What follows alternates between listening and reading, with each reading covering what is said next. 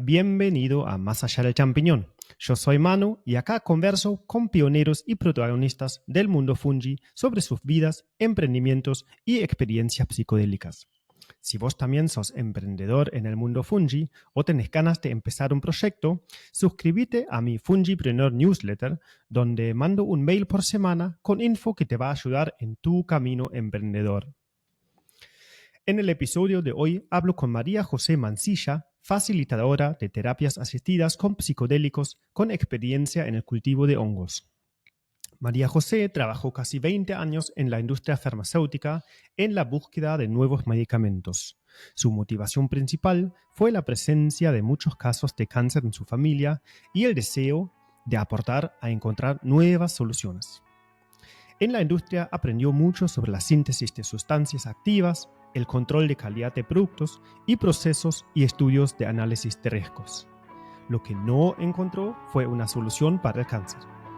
En renovación de la búsqueda de encontrar maneras que mejoren la salud, empezó a estudiar el potencial terapéutico de los hongos psilocibes.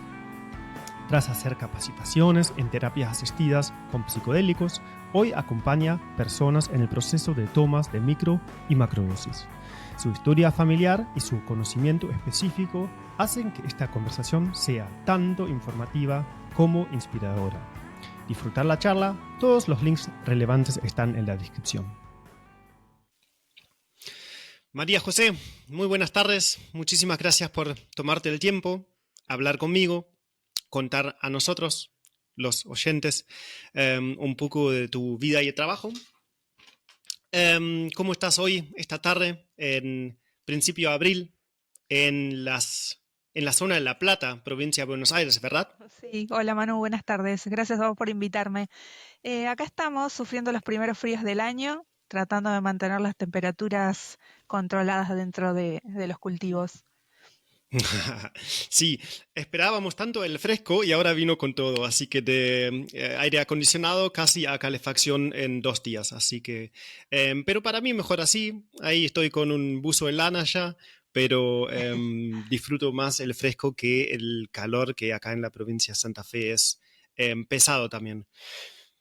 María José, vos de joven me contaste en una charla previa, em, creo que a los 18 años fuiste a buscar soluciones y fuiste a estudiar ciencias farmacológicas. Sí, Eh, Comentame un poco sobre los inicios de esa motivación y sobre la carrera y lo siguió un poco después. bueno, sí, te cuento un poco. Durante mi infancia hubo muchos casos de cáncer en mi familia, tanto por el lado materno como por el paterno, así que ya por los 15, 16 años, cuando empecé a pensar a qué me iba a dedicar, me surgió la necesidad de contribuir a la salud.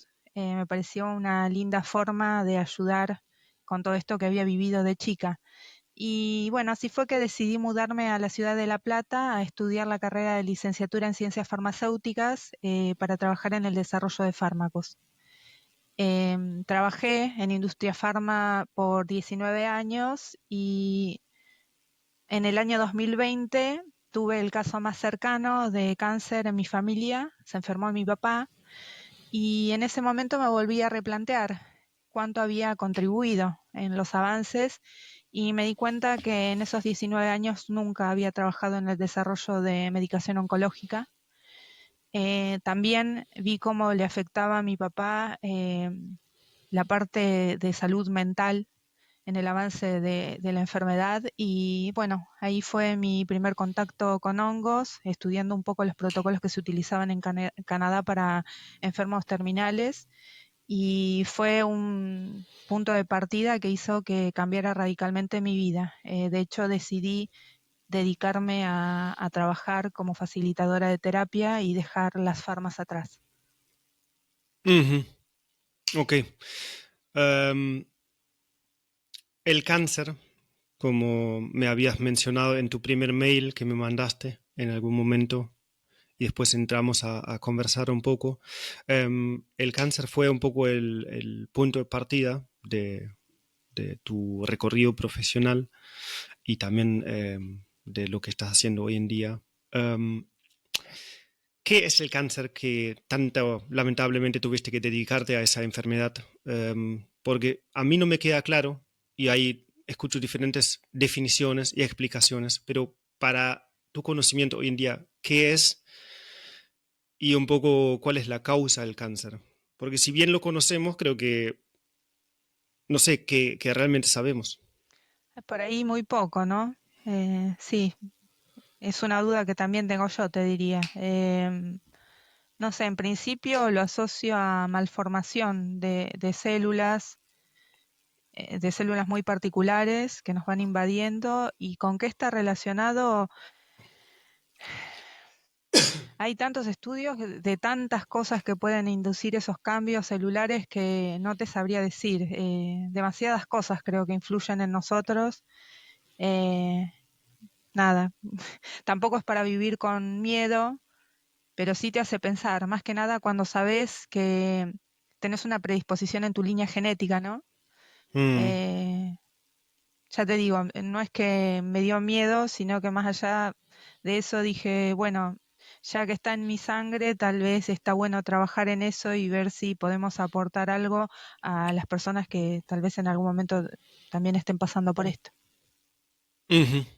Claro, esa fue la motivación inicial de realmente decir, bueno, acá hay un problema tan grave, el cáncer es tan grave y en tu cercanía familiar, Sí, en mi cercanía para familiar, decir, pero a nivel mundial también, ¿no? La cantidad de casos de cáncer que hay a nivel mundial es alarmante y cuando te pones a mirar eso y a la vez te pones a estudiar cuántas personas están estudiando soluciones para una enfermedad que avanza tan rápido y en tantos lugares y tal vez no somos demasiados los que estamos estudiando. Entonces eso también llama la atención. Nos afecta a todos, pero ¿cuánto tiempo le estamos dedicando a frenar eso?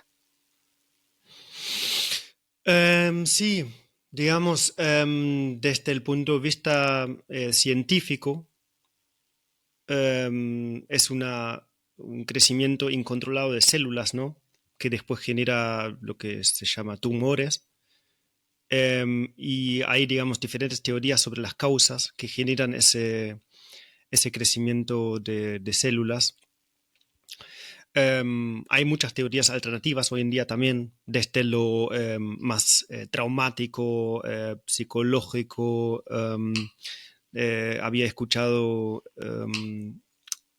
teorías como un tipo de desintoxicación del cuerpo propio, un proceso de limpieza, pero realmente hay muchas cosas que incluso a veces entre sí se contradicen y te quedas atrás con más preguntas que respuestas. Obviamente no me dediqué mucho por eso, pero me interesa obviamente porque es un tema que ya hoy en día creo que figura como la tercera causa de muertes más frecuente a nivel mundial, que yo sepa, o en muchos países por lo menos. Um, entonces, para buscar una solución para algo, habría que entender qué es y qué lo causa. Eso por lo menos aumenta bastante el éxito. Ahora ya contaste que no hubo mucho éxito en tu carrera en la industria farmacéutica. Um, en términos generales, ¿hubo avances en estos casi 20 años? Mencionaste que no pudiste llegar a trabajar mucho en medicamentos para la oncología. Un poco más sobre el tema industria farmacéutica y éxitos o medicamentos para casos de cáncer.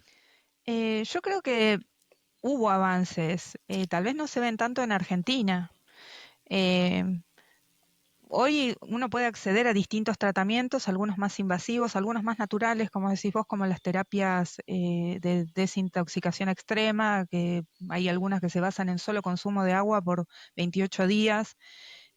Hay alternativas, hay otros tratamientos también con fármacos que tienen menos efectos adversos.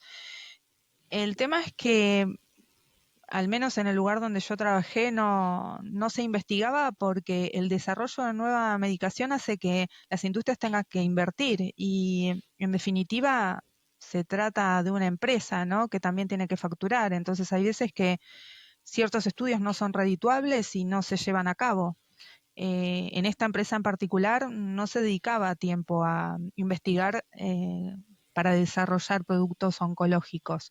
Los pocos que se comercializaban directamente se compraban a través de una licencia a un externo y se comercializan en Argentina, pero eso hace que las personas que consumían esta medicación solo tuvieran acceso a esa y nada más, no tal vez a las más avanzadas, que también son más costosas. Mm, sí, el conflicto entre lo económico y los intereses de salud obviamente están en conflicto y no siempre el mejor tratamiento posible está disponible, sea el adecuado o no, que sería la otra pregunta. Pero bueno, en términos generales, sé que Nixon, famoso Nixon, de presidente de Estados Unidos en su momento, en 1971, empezó lo que se llama hoy en día la guerra contra el cáncer. Y si bien seguro que hubo avances tecnológicos y mejores y más exitosos tratamientos, que yo sepa, los números en total aumentaron siempre, ¿o no? Números de casos de cáncer. Claro, a Sí, sí, nivel sí, sí. Sí, mundial, sí, siguen en como digamos, aumento. la Siguen en aumento aumento. continuo o Sí, en aceleración incluso, ¿no? sí, yo lo veo con una especie de intoxicación de nuestro cuerpo, ¿no? O sea, que nuestro cuerpo reacciona a una intoxicación que tiene que ver con, bueno, todo lo que estamos viendo con respecto a cambio en el clima, cuestiones medioambientales, que las causamos nosotros mismos, tal vez. Ok, vos lo ves como un problema de intoxicación al problema de salud ese con el cáncer, Sí, porque siempre es una reacción del organismo a algo, a algo. seguro. Ujú. Pero lo que iba es, digamos, como muchas otras guerras contra algo, terminan generando más de lo que en realidad busca o propone combatir. Así es como se hizo una guerra contra las drogas, lo que aumentó son los casos problemáticos de consumo de drogas. Se hace una guerra contra el terrorismo, lo que aumentan son los ataques terroristas.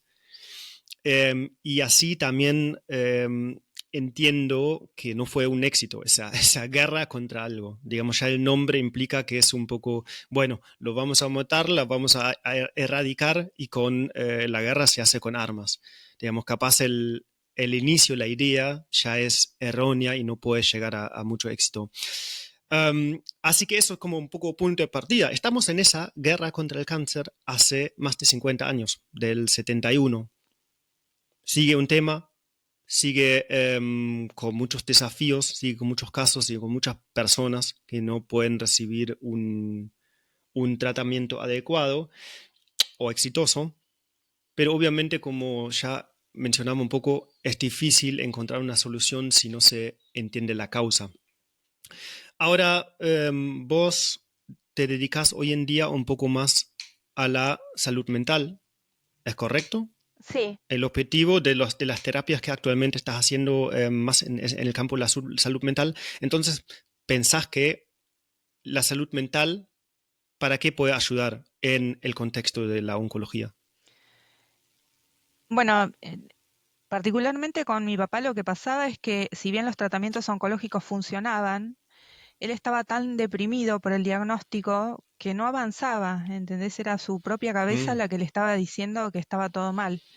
Y al trabajar desde el punto de vista de la salud mental, eso mejoró un montón. O sea que yo creo que tiene un factor muy importante la salud mental en el avance de cualquier enfermedad y de nuestro bienestar en sí. Eh, no sé si lo podemos controlar al 100%, pero sí podemos vivir mejor manteniendo una buena salud mental. Y acá es donde vi una gran diferencia con los fármacos tradicionales y la psilocibina. ujú.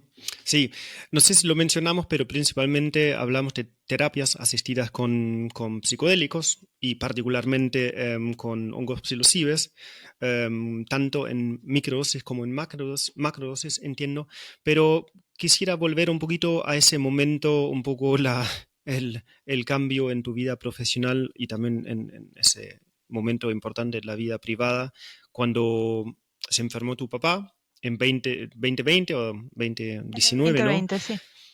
Y ahí decidiste alejarte o dejar tu trabajo en la industria farmacéutica porque ya no tenías esperanza que el camino ahí adentro pueda avanzar o está acorde a los objetivos que tenías de realmente poder ayudar a personas o encontrar terapias mejores Eh, para el cáncer. sí, a ver, más o menos. Yo creo que se han hecho contribuciones a la salud importantes desde el punto de las farmacéuticas, pero con Ujú. este caso particular que estaba viviendo yo de mi familia, la verdad es que donde estaba trabajando no estaba viendo esos resultados y a la hora de plantearme, bueno, ¿qué hago? ¿Busco un nuevo trabajo? ¿A qué me dedico? Me resonó más el tema de las terapias con hongos. Se alinea más con mis objetivos. ¿Y por qué hongos? Como hubo en un inicio un análisis de otras, digamos, terapias alternativas, o el objetivo seguía siendo la oncología, digamos, el tratamiento de pacientes Contribución con cáncer, a la mejora de la salud en general. Obviamente si en podía general. hacer algo para contribuir a ayudar a mi familia y justamente a mi papá que estaba en un tratamiento oncológico, lo iba a hacer. Pero en general siempre me interesó tratar de contribuir a la mejora de la salud. ¿Por qué los hongos? Bueno, la verdad es que hay tantos motivos que podría estar un buen rato hablando de esto. Eh, Efectos adversos, ni hablar que es uno. Vi muchísimos menos efectos adversos que con las terapias convencionales. Eh, Después, en el análisis y la síntesis de fármacos se utilizan muchas maquinarias y muchos solventes que si las empresas que las emplean no son responsables de cómo se disponen, en definitiva seguimos contribuyendo a contaminar.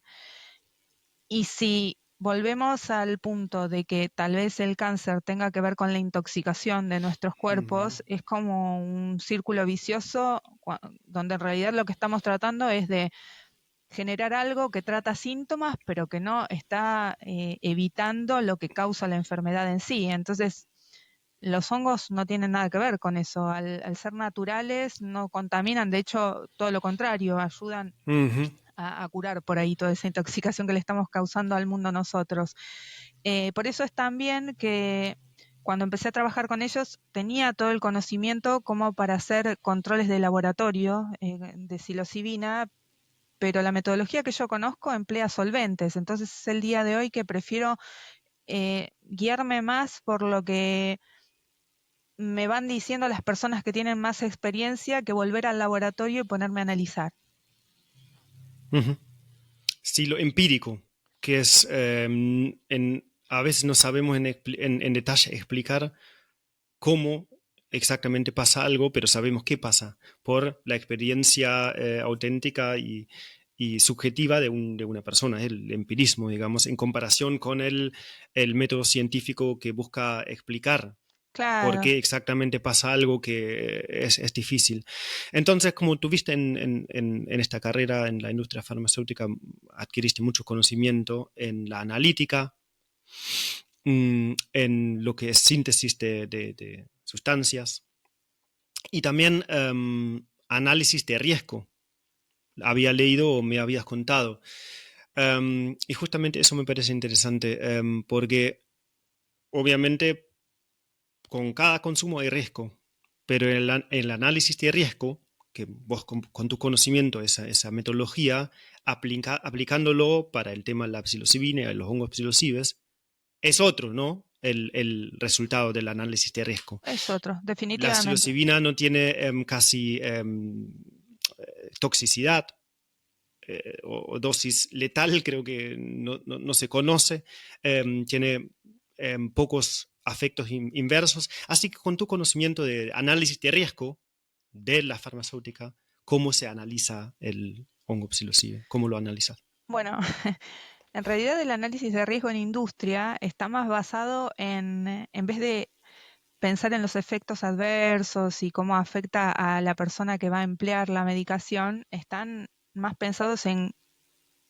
cómo se arriesga el capital de la empresa cuando se Ajá. produce. ¿Entendés? El enfoque es Mm, otro. Sin embargo, el mm, conocimiento de cómo realizar el análisis de riesgo se puede llevar al análisis que querés hacer vos. Y haciendo mi propio análisis, si yo hoy tengo que elegir, prefiero una medicina natural que no tiene el agregado de químicos ni contaminantes, como son los hongos, algo que está sintetizado en un reactor con solventes que son sumamente tóxicos para los humanos, pero bueno, trabajando en condiciones controladas y siendo controles que demuestren que en el producto final están en ciertas concentraciones, son inocuos. Pero la verdad que yo hoy, si tengo que elegir para mí o para mi familia, prefiero aquella medicación que directamente no pasa por los procesos industriales. Mi análisis de ujú. riesgo me indica eso. Y también le sumo lo que mencionaste anteriormente, ¿no? La dosis letal no se conoce para los hongos. Las intoxicaciones en realidad tampoco. Hay casos que se han documentado, pero que tienen que ver más con una cuestión de documentación de los efectos perceptuales en altas dosis que no tienen que ver con la intoxicación del organismo. Entonces, otra vez, me parece mucho más seguro ir por el lado de los hongos que comprar este tipo de medicación en una farmacia. Mm. Por el valor, perdón, por el valor anecdótico, ¿sabes de alguna super alta, dosis super alta que llevó a algún efecto, no sé, algún caso extremo? ¿Habías escuchado solamente para conocer qué Sí, límite se descubrió? una dosis de 27 gramos es la que escuché. 27 gramos de hongos secos. eh, Nada, fue más potente que una macro, una disociación segura, pero nada, ¿Pero después fue intencional? fue intencional. Ok. Fue intencional, a ¿Y ver, qué pasó? por desconocimiento, digamos, de la persona. Ok.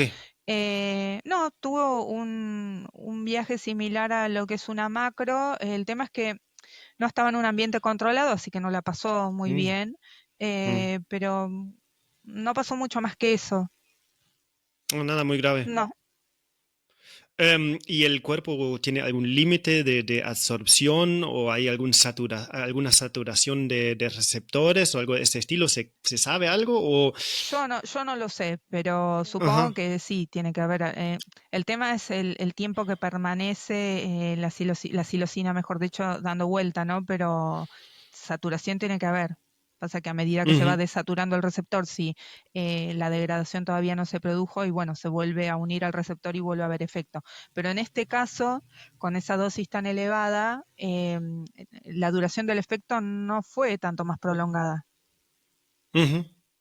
Sí, interesante. Que a A ver, nivel... es un caso, es muy difícil seguro, sacar conclusiones con relación a un solo caso, sí, hay que tener cuidado con segurísimo. eso, pero me sigue pareciendo mucho más seguro que otro tipo de fármacos.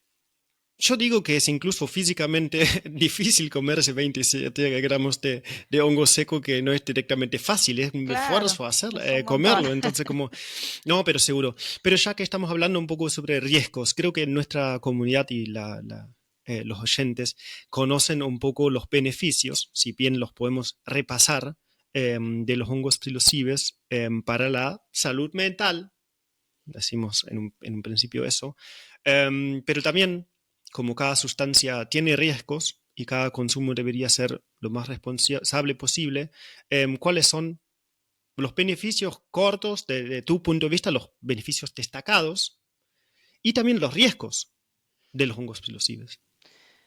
Bueno, sí, en principio yo estuve trabajando con psicólogos y psiquiatras, así que me derivan pacientes que tienen una patología.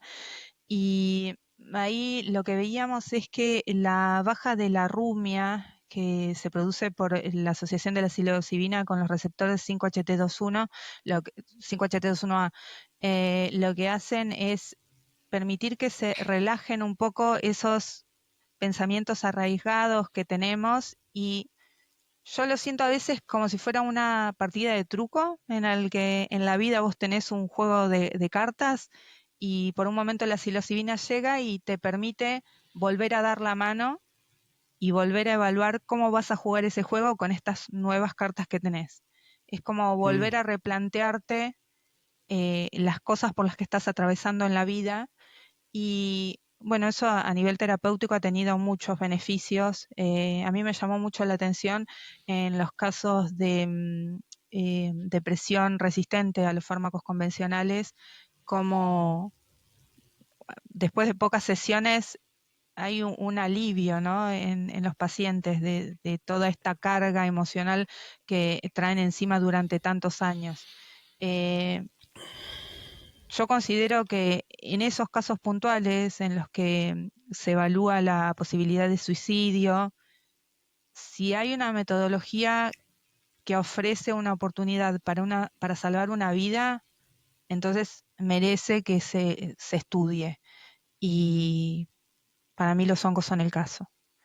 Em, bueno, después también contribuye esto de bajar el estado de rumia del cerebro a relajarnos un poco y contribuye a la gente que tiene síntomas de estrés. Muchas veces hay comportamientos estereotipados de loop repetitivo donde nos planteamos una situación que nos causa estrés y siempre estamos girando en torno a lo mismo, pero no encontramos la vía de escape.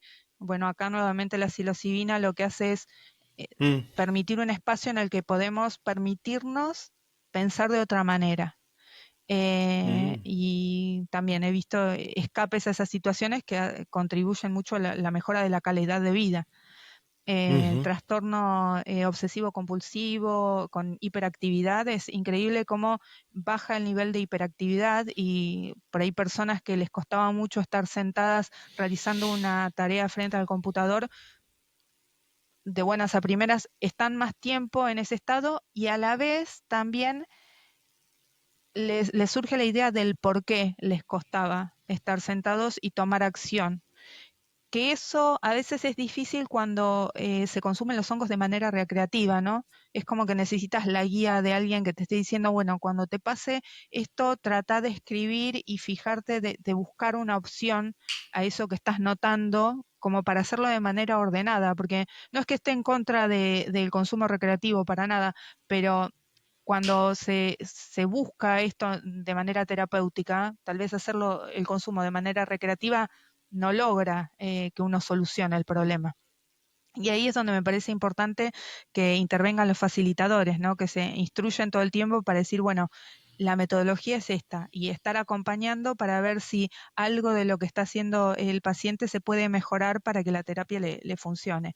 Y también para enseñarles a trabajar, porque yo creo que, o por lo menos con los psicólogos y psiquiatras con los que he estado trabajando, ninguno piensan en que es necesario que estén en contacto tanto con los profesionales como con el facilitador de por vida, sino que empiezan a entender cómo manejar la terapia y bueno, después la pueden seguir de manera ambulatoria. La micro se hace generalmente de manera ambulatoria. ujú. Mira qué interesante tu explicación de cómo es el beneficio, el funcionamiento de la psilocibina.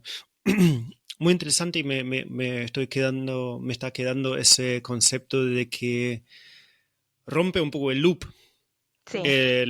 la carrera de estar adentro de los mismos patrones que nos pasa continuamente todas nuestras vidas, inevitablemente, pero ya a un nivel que genera muchos problemas psicológicos de patrones, de pensamientos o de loops que son que afectan algún tema de la salud. Muy interesante eso de generar un poco de distancia o dar un nuevo juego de cartas a la mano en un juego.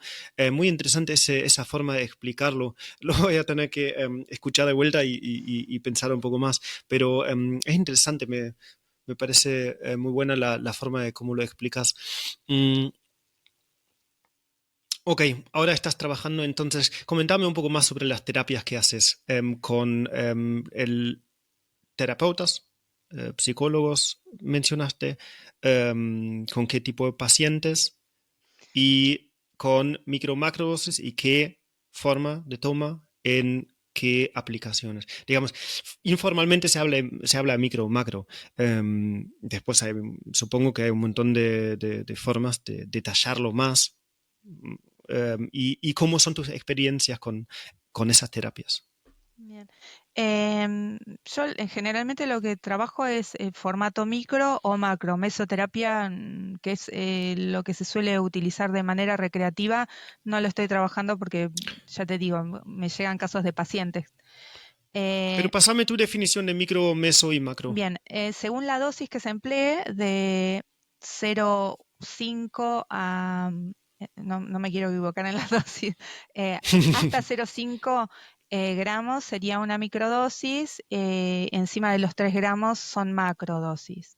Encima de Mm. los 3 gramos lo que buscamos es la disociación, es una experiencia mucho más fuerte, te vas con un insight en ese momento. Las micros son como eh, más pacientes con el organismo, digo yo, ¿no? A la hora de elegir entre una y otra, lo que siempre planteo es, bueno, ¿cómo te sentís vos? ¿Por qué estás atravesando en este momento en tu vida? ¿Te sentís como para enfrentarte a algo que tal vez te viene atormentando durante toda tu vida así de lleno? ¿O preferís ir paulatinamente? Por eso me parecen más amigables las micro, porque en general los pacientes que vienen con una dolencia vienen atravesando por cosas que no los hacen sentir muy bien y entonces ¿para qué ir a enfrentar algo cuando lo podés hacer en un periodo de 2 meses, ir trabajándolo de a poco? Bueno, una vez que se elige la terapia, según el objetivo que se esté buscando, también es el protocolo que se va a aplicar, ya sea Fadiman, Stamets, y a veces una combinación, ¿no? Porque hay que tener en cuenta que todos trabajamos, tenemos horarios, compartimos tiempo con otras personas, entonces tiene que ser algo adecuado para quien lo va a emplear. O sea, cada uno es un caso para mí. Y la terapia de micro al menos se empieza con una calibración donde se dan 5 sobres en un periodo de 10 días, con un descanso de un día en el medio entre toma y toma. Y la idea de eso es identificar aquella dosis con la que tenemos alguna sensación de estado alterado perceptual. Colores más brillantes, sentir los sonidos más agudos, una serie de pautas que uno le va dando a la persona que está tomando las dosis para que pueda identificar. Una vez que se identifica esa dosis, la dosis con la que se va a trabajar es la inmediatamente inferior, o sea, la anterior a esa que causó ese efecto. Y se plantea la dosificación por el periodo que se vaya a plantear el protocolo, que en general son 2 meses, puede ser uno, pero en general son 2 meses, y se empieza la toma de acuerdo al protocolo que se haya elegido según el caso. Y lo que doy yo es un apoyo, generalmente a través de videollamada o por mensaje, como para ir haciendo un seguimiento de cómo van evolucionando cada uno de los pacientes, cuando necesitan asistencia o tienen consultas, poder hacer todas las consultas que quieran. Y yo lo que estoy viendo que es muy beneficioso es armar grupos de personas que están microdosificando, porque tal vez las toman más o menos, en general todo el mundo los toma a la mañana, salvo que estén haciendo un protocolo para mejorar la arquitectura del sueño que se hace por las noches. Y es bueno que estén conectados porque pueden cambiar experiencias de qué es lo que están asistiendo y tal vez a un terapeuta o a un facilitador se le pasa algo porque en ese momento no está tomando la microdosis que a otros compañeros de microdosificación sí le están pasando y el intercambio de información yo le encontré muchísimos beneficios, es algo que fomento. Ujú. Sí. Con respecto a las macrodosis, bueno, eso es distinto. El objetivo es otro. En general, no lo estoy usando con casos de depresión. Se usan para cuando uno está buscando otro tipo de terapia. Ahí lo que hacemos es ir a un lugar controlado por espacio de 6 a 8 horas, que va a ser el tiempo que va a tardar en hacer el efecto, o mejor dicho, en bajar el efecto, como para que la persona se pueda ir tranquila a su casa. Y bueno, tiene una preparación previa, al menos la semana antes, estamos mucho en contacto hablando de qué se va a comer, de en qué vamos a estar dedicando nuestro tiempo extra, qué cosas no deberíamos consumir para que no interfieran, prepararnos un poco psicológicamente para lo que se viene. Ese día en particular se hace un ayuno previo y se hace una ceremonia para iniciar el tratamiento con un espacio para intencionar lo que se va a ir a buscar. Y yo lo que hago es preparar el espacio con sonido, como para ir acompañando la terapia durante unas 6 u 8 horas. Se va guiando el trance, digamos, con distintas frecuencias de sonido. Y bueno, la persona está acostada, con los ojos tapados, en todo momento sabe que estoy al lado, porque muchas veces se confunde el mal llamado para mí mal viaje con experiencias angustiantes que muchas veces son necesarias, ¿no? Uno a veces se angustia cuando se da cuenta de cosas que le vienen pasando o encuentra el porqué. Y a mí me gusta mucho aclarar que se tienen que quedar tranquilos porque con abrir los ojos eso se controla y que va a haber alguien siempre ayudándote a atravesar ese momento y que es beneficioso pasar muchas veces por esos momentos de angustia porque te destraban algo que de otra manera uno no lo veía. Bueno, eso es más o menos lo que son mis terapias a grandes rasgos. Sí, no sé si lo habías respondido, pero vuelvo otra vez porque me interesa el tema de los riesgos y también principalmente en macrodosis y lo que se me viene así un poco sabiendo realmente nada profesionalmente del ámbito de psiquiatría, pero eso es lo que se llama la psicosis.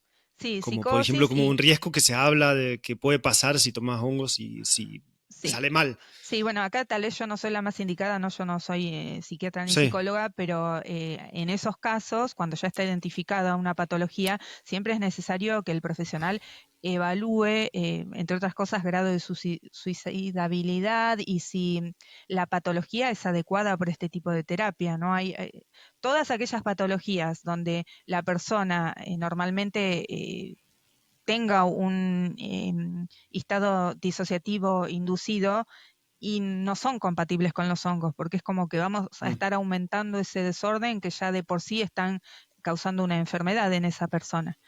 Eso y también cierto tipo de medicación, tanto psiquiátrica como no psiquiátrica, ¿no? Porque la psilocibina tiene efectos sobre el endotelio de los vasos sanguíneos, modifica la presión, modifica el intervalo QT, o sea que personas que tengan problemas cardiológicos también deberían estar monitoreadas. Hay protocolos donde eh, hay que tener un control previo del estado de salud porque puede llegar a afectar, por ejemplo, el de Stamets que emplea niacina. Eh, pero son todas cosas que por ahí no las puedo decir a grandes rasgos porque cada caso es particular, ¿sí? Por eso también está bueno que cuando uno está tomando medicación o tiene un diagnóstico, recurra a un facilitador, porque esa persona va a estar evaluando todo el caso, toda la medicación, un montón de factores para reducir estos riesgos.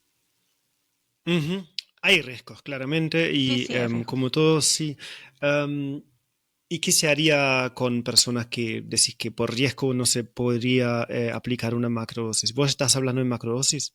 ¿O eso aplica también para microdosis? Macrodosis para lo que para las personas con trastornos disociativos.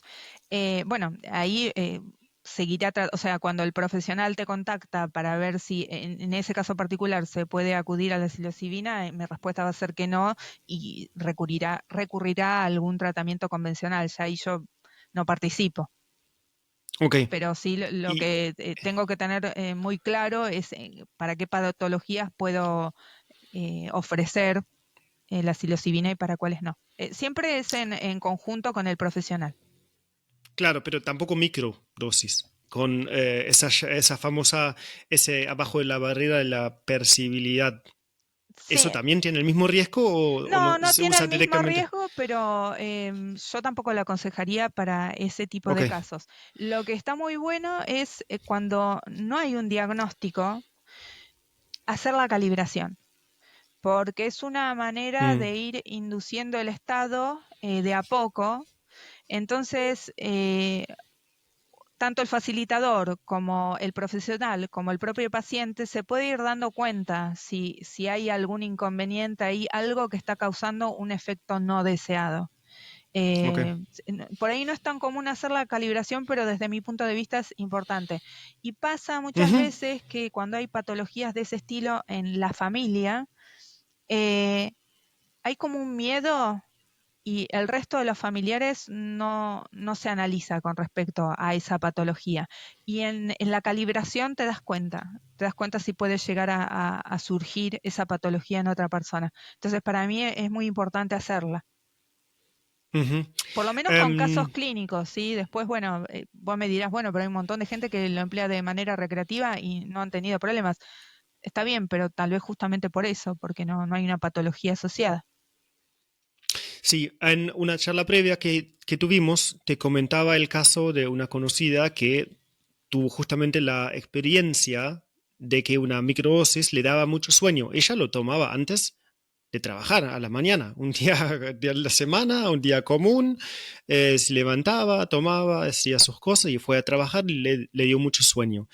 Vos me dijiste eso de la dosis de calibración para encontrar su dosis ideal para ese momento. Yo no lo conocía, entonces fue muy interesante y digamos, a mí no me había llegado esa información. Yo no soy un experto en microdosis ni otra cosa.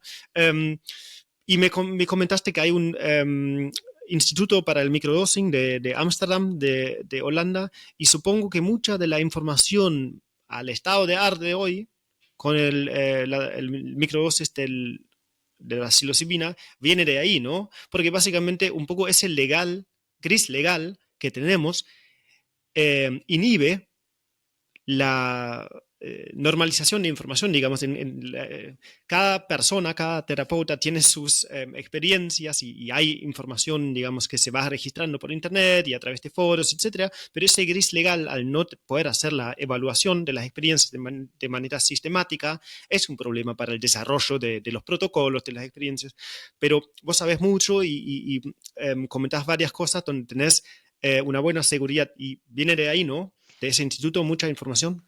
Sí, el instituto al que te referís es The Microdosing Institute de Ámsterdam.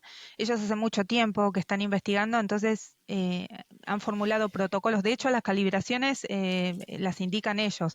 Como yo estudié allá y me certifico acá en Argentina con psiquiatras y psicólogas que también se capacitan, mis protocolos y mi forma de proceder tiene que ver más con lo que ellos indican. No sé si porque sea mejor que otro, pero sí porque manejan mucha información desde hace mucho tiempo y la casuística que tienen es muy grande. Em, no sé si te respondí ahí con eso.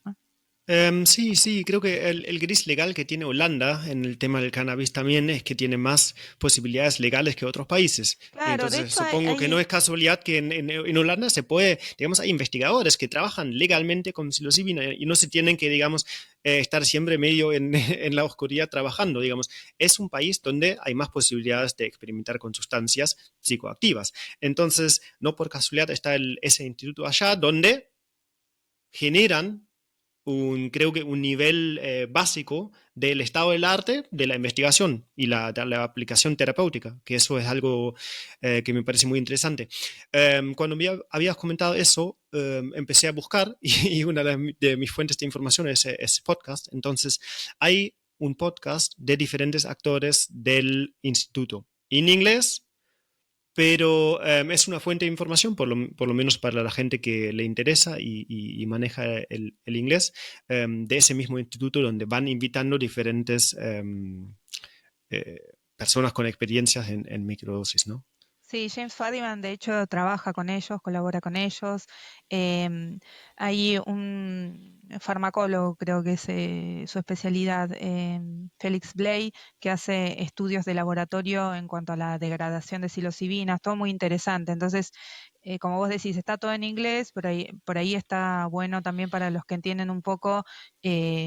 recurrir a esa información. Yo todo lo que puedo lo traduzco y lo paso porque me parece súper valioso para todos los que estemos trabajando con hongos. Pero sí, es mucha información, es una mezcla, viste, entre investigación científica y casos de estudio. Y tienen muy normalizado para qué emplear cada cosa. Entonces, qué sé yo, por ahí por mi formación, que vengo muy de laboratorio, de trabajar con estándares, me pareció bastante razonable ir por esa línea. Majo, acá estamos de vuelta. Se había cortado la luz y estuvimos 20 minutos esperando que vuelva. Acá estamos nuevamente para seguir. Estuvimos hablando sobre el Instituto de Microdosing Institute de Ámsterdam, sobre el referente que mencionaste, James Fadiman, un referente famoso. Y en ese contexto me querías comentar algo sobre un proyecto que analiza casos y experiencias que también está acá disponible en Argentina. ¿De qué se trata? Bueno, The Microdosing Institute tiene un link donde toda persona que esté interesada puede ir registrando su caso, que es lo mismo que se hace acá en Argentina bajo el nombre de Proyecto Epsilon, que creo que está subvencionado por la UBA. Que a mí me parece súper interesante porque en mi paso por Pharma, la verdad que si hay algo que no me gustó demasiado fue la investigación en animales, y yo creo que documentando los casos y nuestras experiencias, eso lo podemos disminuir. Así que bueno, es algo que fomento. Si les interesa, estaría bueno que entren a ver un poco de qué se trata.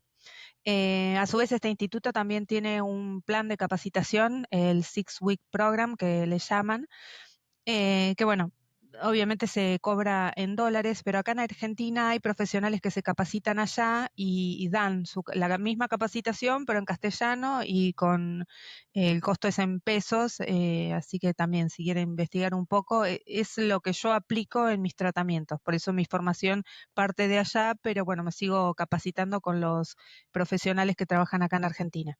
Ok. ¿Cuáles son referentes que se pueden ir buscar o contactar acá en Argentina con respecto a estas formaciones? En psicología y sexología, Marianela Duca, y en psiquiatría, María Celeste Romero. Son las personas que yo conozco, no quiere decir que no haya otros Ujú. profesionales que estén dando ese tipo de capacitación. Ok. ¿Y qué más puedes decir sobre la comunidad de las terapias con psilocibina, microdosis, macrodosis en Argentina? ¿Qué más hay que querías Bueno, recomendar? sí, como grandes beneficios a la terapia, lo que le veo también es que el tratamiento no es de por vida, ¿no? Que por ahí muchas veces con la medicación convencional sí, a uno le recetan una pastilla y la tiene que tomar por un tiempo indeterminado. Bueno, en este caso no, los insights son de por vida, o sea, los beneficios que obtenemos son de por vida, pero en general con hacer un ciclo de 2 meses de tratamiento en el caso de micro, o un solo día de tratamiento en el caso de macro, es suficiente para tener una experiencia y comenzar a integrarla. Después, si el caso en particular requiere de otra sesión o el paciente en particular quiere probarlo otra vez, no hay problema, pero es una gran diferencia con los tratamientos convencionales. Y otro beneficio que veo acá en Argentina es el costo de la terapia, ¿no? Eh, Me parece una lástima que en todo lo que tiene que ver con salud, eh, el poder acceder a los tratamientos dependa de si uno tiene la plata para afrontarlos o no. Y en el caso de los hongos, si uno necesitara seguir en el tratamiento por más tiempo y no tenés la plata para costearlo, uno de los beneficios es que podés aprender a cultivar. Nada, me parece que no es menor ese dato. Sí, ya el hecho de poder cultivarlo en su casa, sea uno mismo o otras personas, y no depender de laboratorios, instrumentos caros, altísimas inversiones que requieren productos clásicos farmacéuticos, es un muy gran beneficio. Quería preguntarte también, tuvimos ese quiebre en la conversación, pero estuve revisando mis apuntes y un tema que te quería preguntar también, ¿cómo ves las terapias con psilocibina con respecto a la prevención, digamos, al tema de mantener la salud y prevenir enfermedades? ¿En ese contexto también lo estás evaluando o le ves algún valor? Sí, estuve estudiando algunos papers que tienen que ver con la prevención de enfermedades neurodegenerativas como Alzheimer y Parkinson. Súper interesante, súper interesante. Me parece que hay un gran camino por recorrer ahí, pero me parece que van por ese lado también los honguitos. Sí, en Ajá. ese sentido, mantenerlas, el bienestar en general, digamos, me parece que también son apropiados. Eh, es como que te dan una perspectiva distinta que te permite abordar temas de salud o de tu vida de otra manera, y yo creo que eso contribuye al bienestar en general. Así que la verdad que me parece que esto todavía está por arrojar un montón de resultados en los años que vienen. Ojalá sea así. Ujú. Y también es un poco en línea con lo que muchos practican, que es el así llamado consumo recreativo, que no es simplemente para diversión, sino también es para mantener su equilibrio mental y todo está conectado, lo mental, lo profesional, todas esas cosas que generan o que componen nuestra vida afecta a nuestra salud. Entonces, cuando nosotros estemos bien en cuestiones sociales, profesionales, económicas, mentales, etcétera, eso suma a tener y mantener una buena salud. Entonces, como el uso recreativo puede ser un poco en ese contexto de prevención y si uno quiere también, bueno, es difícil de estudiar, pero prevenir enfermedades neurodegenerativas. Mira, quiero también aprovechar y hacerte dos preguntas particulares acá que te tengo acá. Em, por un lado, el tema si la microdosis da sueño. Creo que lo habíamos hablado un poco. Sí, ¿Qué se puede hacer en ese caso? Si da sueño, em, si en la toma de la mañana. bueno, sí se ve eso, es bastante frecuente. Hay personas que las activa y hay otras como que las deprime un poco y sienten cansancio. A diferencia de la medicación convencional, como hay un día de descanso, 1 o 2 días según el protocolo de descanso entre toma y toma, uno puede cambiar el horario. O sea, si lo empecé a la mañana y veo que me causa sueño, y bueno, al siguiente toma la puedo pasar a la noche. Inclusive hay un protocolo que se utiliza para mejorar la calidad de la arquitectura del sueño, donde las tomas se realizan por la noche. Ahora, a mí una duda que me queda con esto es si es porque esa persona tiene un efecto distinto a otras o es porque los honguitos nos están demostrando que nuestro cuerpo está cansado y los que nos muestran es que necesitamos descansar. Mm, Entonces muchas veces lo que indico es, bueno, te produjo sueño, la siguiente toma y la próxima 2 o 3 las probamos a la noche y después volvemos al protocolo normal y muchas veces ahí se normaliza y ya no ajá. produce más cansancio. Eh, ¿Y esa es una reducir la opción. dosis? Yo la dosis nunca la reduzco porque busco la dosis exacta con el protocolo de calibración. Ok. Entonces, ya que nos tomamos el trabajo de buscar esa dosis, que es la que indican las personas que han estudiado mucho esto, y me parece lo mejor tratar de seguir por ese lado. Hasta el momento nunca tuve que reducir la dosis. Ok, quisiera o repasar un poco eso. Entonces, se hace una calibración en el inicio con una dosis que va aumentando, empezando pequeña, y después cada 2 días una dosis un poco más grande para encontrar el punto donde uno siente un efecto, digamos, del efecto notable, y se sigue el protocolo completo, el tratamiento completo con la dosis anterior, ¿no? Exactamente, la dosis anterior a esa que produjo ese cambio. La calibración incluye 5 dosis que van de 0,1 a 0,5. Ajá. 0,1, 0,15, 0,2, 0,25, 0,3, 0,35, así hasta llegar hasta 0,5. En ese rango, en general a todo el mundo le pasa que tiene ese efecto donde puede notar algún cambio. Generalmente es visual. Así que eso sirve como para elegir la dosis más adecuada desde mi punto de vista para el tratamiento de microdosis. En el caso de la macrodosis no se hace la calibración para elegir la dosis, sí se puede hacer para ver si hay un efecto no deseado. Mm, Como te mencionaba, en los casos en los que por ahí en la familia hay alguna enfermedad psiquiátrica detectada, bueno, para evitar tener un susto después, se puede mm. hacer la calibración en esos casos, pero las dosis de las macros ya son fijas. Ok, pero digamos en la calibración, si uno llega a la dosis límite para cada uno, en tener efectos, por ejemplo, visuales, no se sigue tomando hasta la más alta, ¿no? Se No, detiene no, ahí. exacto, se detiene ahí. En general, lo que pasa es que uno consigue todas las dosis de la calibración, pero toma Claro. hasta que obtiene ese efecto, o por lo menos Ujú. ese es el objetivo de la calibración. Ok, ¿y me puedes mencionar el nombre del protocolo que propone la toma a la noche? Nightcap, Nightcap MDI, ¿Cómo es se escribe? del NIGHTCAP. Ah, Nightcap, ajá. Claro, está desarrollado por The Microdosing Institute, por eso MDA al final. Ahí van a encontrar seguramente toda la información. Ellos publican muchas cosas, o sea, no es necesario tomar el curso, el Six Week Program para aprender, porque la verdad es que publican la mayoría de las cosas, tienen podcasts con invitados, referentes a nivel mundial que trabajan con hongos, hay mucha información disponible.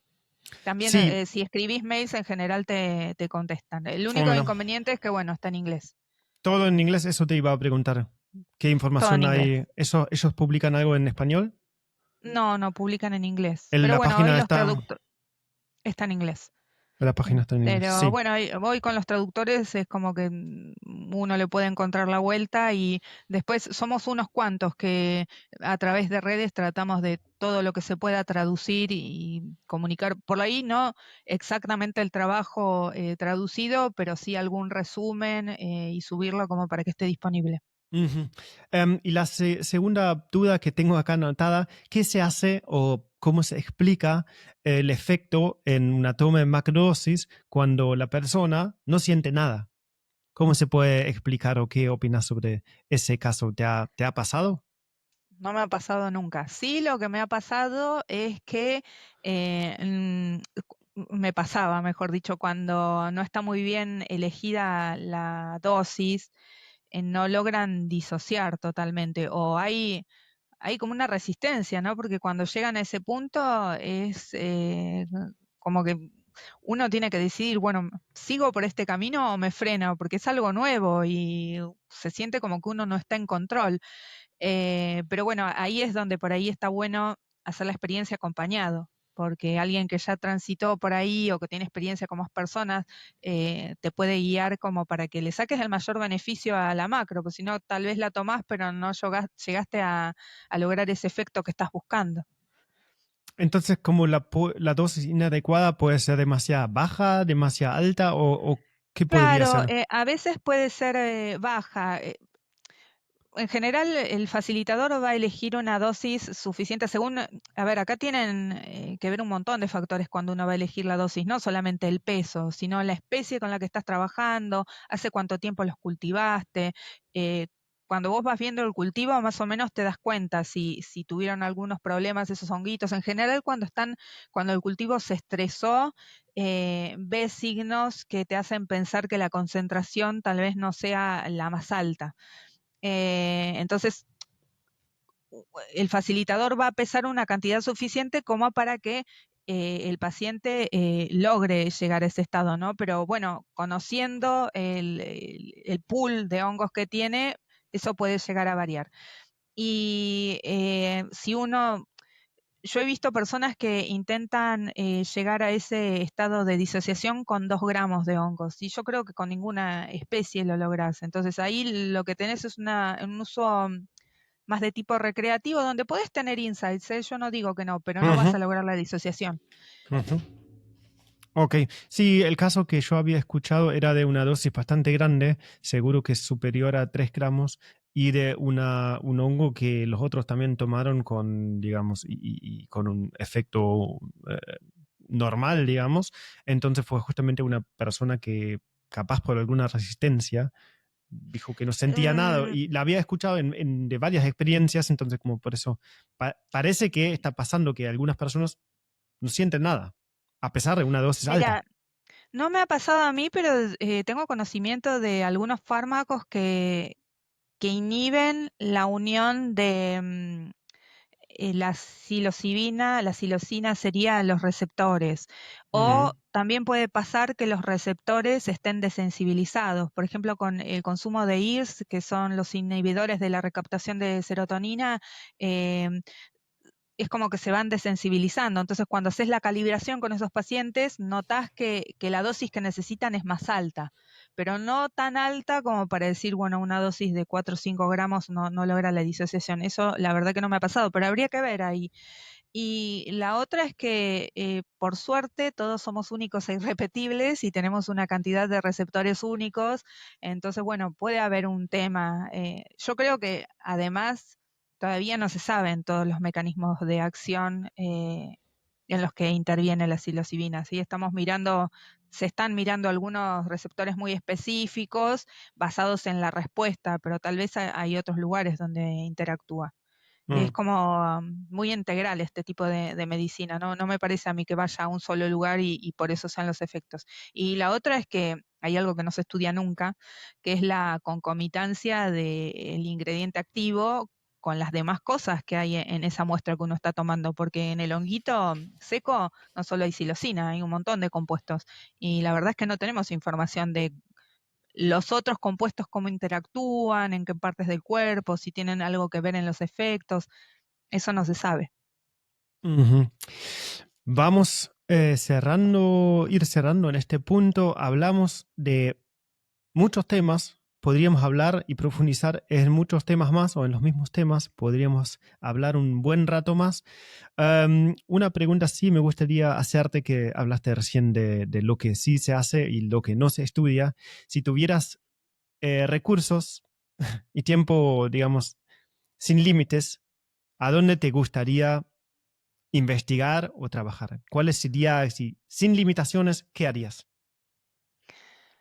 Bueno, lo más fácil que lo tengo ahí en el tintero, estoy buscando a alguien que tenga un método de descarte de solventes que no contamine demasiado. La verdad que tengo muchas ganas de volver a la mesada con cromatografía líquida de alta performance para analizar los momentos en los que se obtiene en los picos máximos de psilocibina, tanto en muestras biológicas como en los honguitos, para optimizar también tiempos de cultivo, acompañado un poco del análisis de en qué estación del año se obtienen esos picos.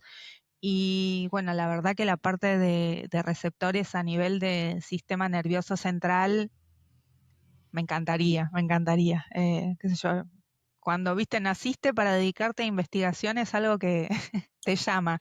Pero bueno, nada, todo a su tiempo, con cuidado. Ok, Sí, sería trabajar en solventes que tienen menos impacto ambiental y en salud, ¿no? Porque lo que mencionaste que es solventes que se usan en el análisis del contenido de, por ejemplo, la psilocibina en instrumentos HPLC, en un instrumento específico, se generan residuos peligrosos, digamos.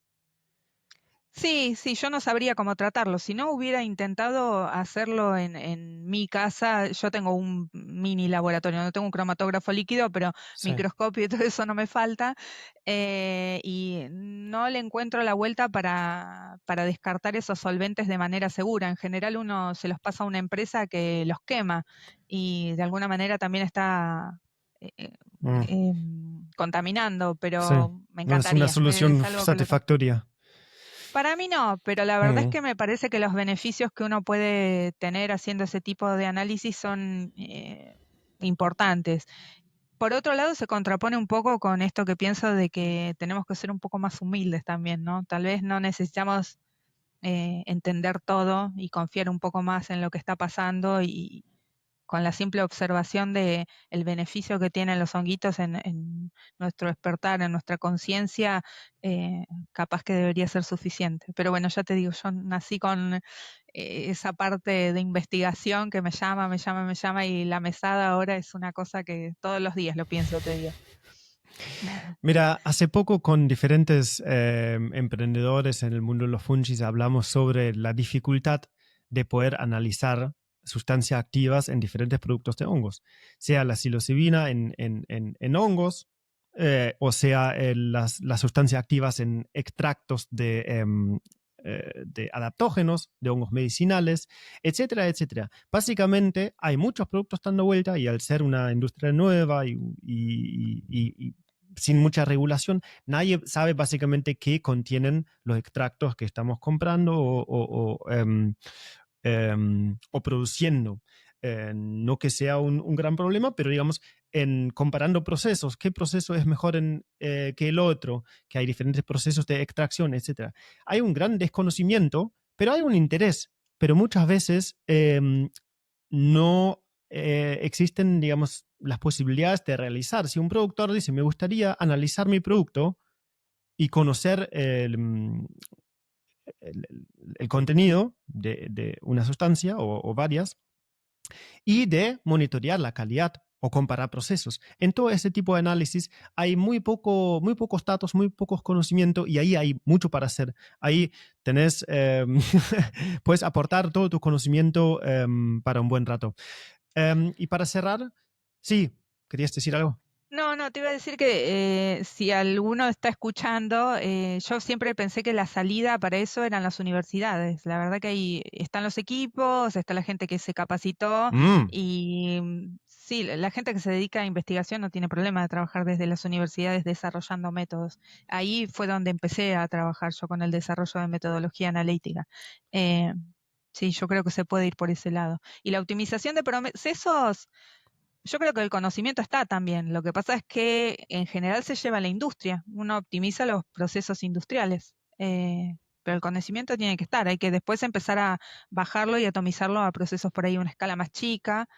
Pero se puede hacer. Yo estuve trabajando en la costa con un que es ingeniero químico, creo que él le producía unos goteritos, eran extractos, pero a partir de plantas eran extractos complejos, entonces era difícil cuantificar las drogas, pero lo que quería ver era la optimización del proceso y se pudieron sacar unos cuantos datos. Hay que ok. por ahí analizar el proceso y ver los parámetros y ver dónde estudiar, pero se puede, se puede. Ujú.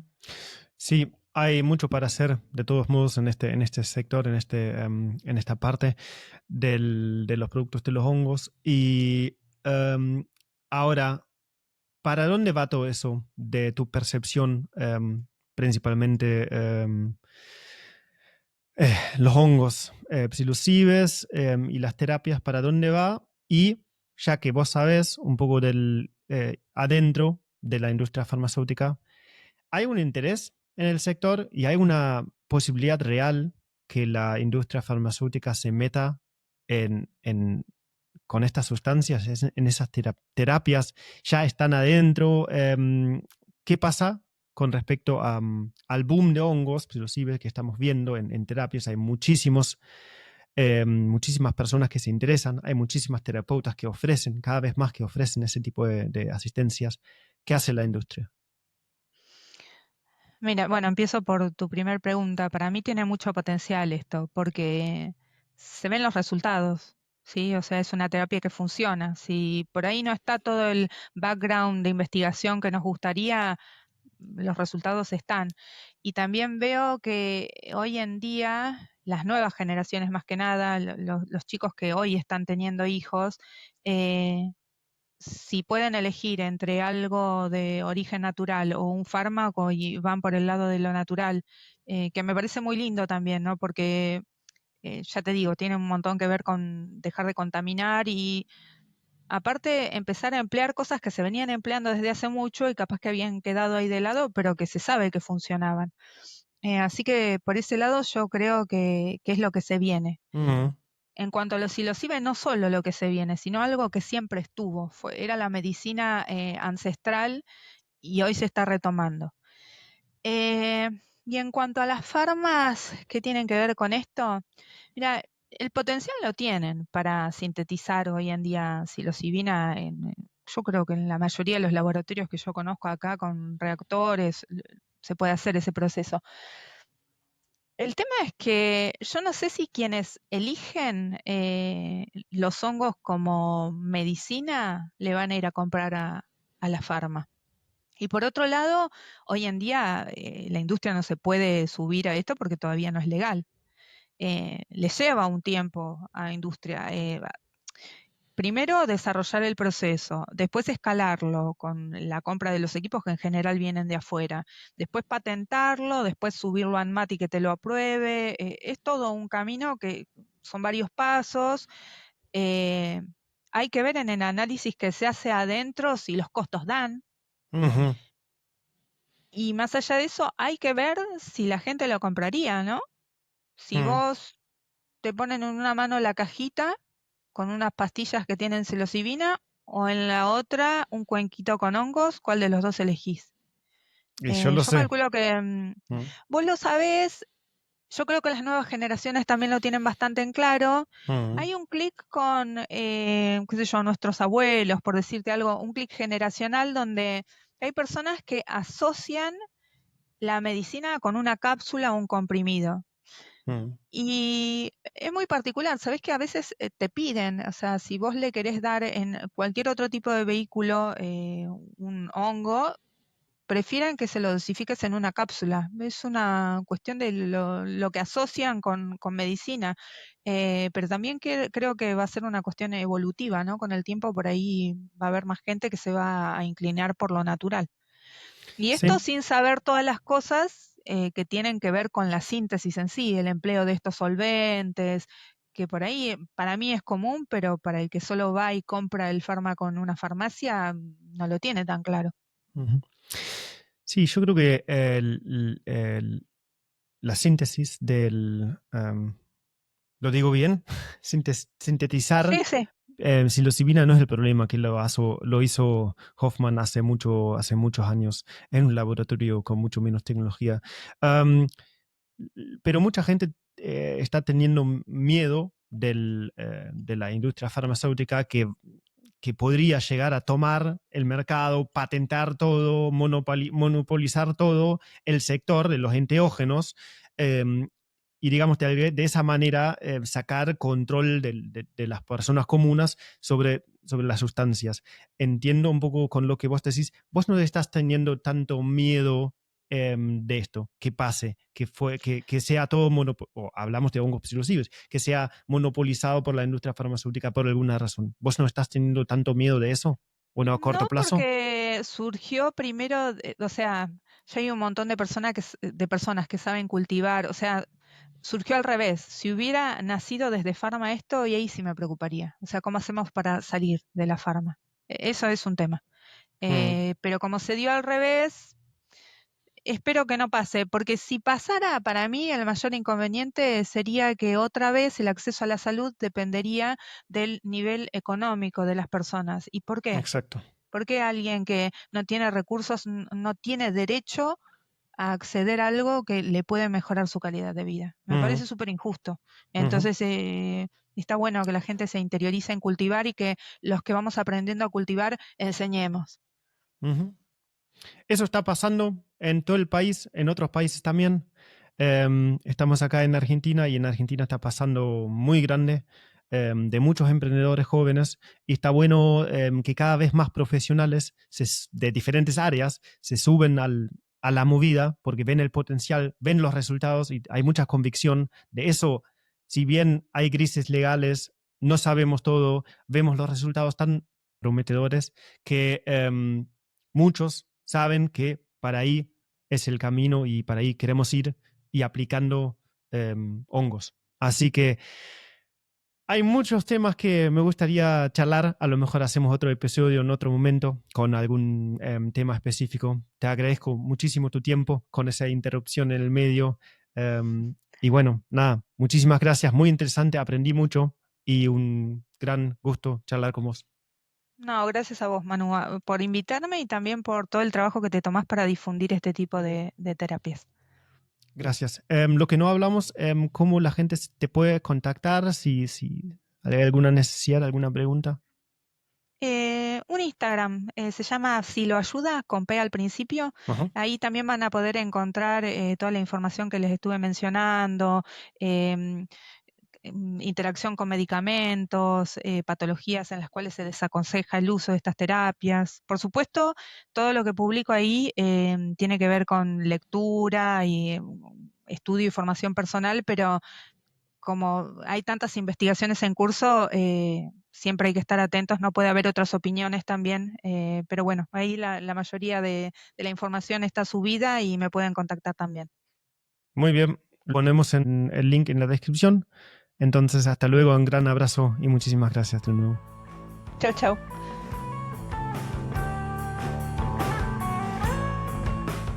Muchas gracias por escuchar este episodio hasta el final. Si te gustó, compartilo con un amigo. Si te quedaste con dudas o tenés algún comentario, mándame un mensaje por Instagram. Hasta el próximo episodio.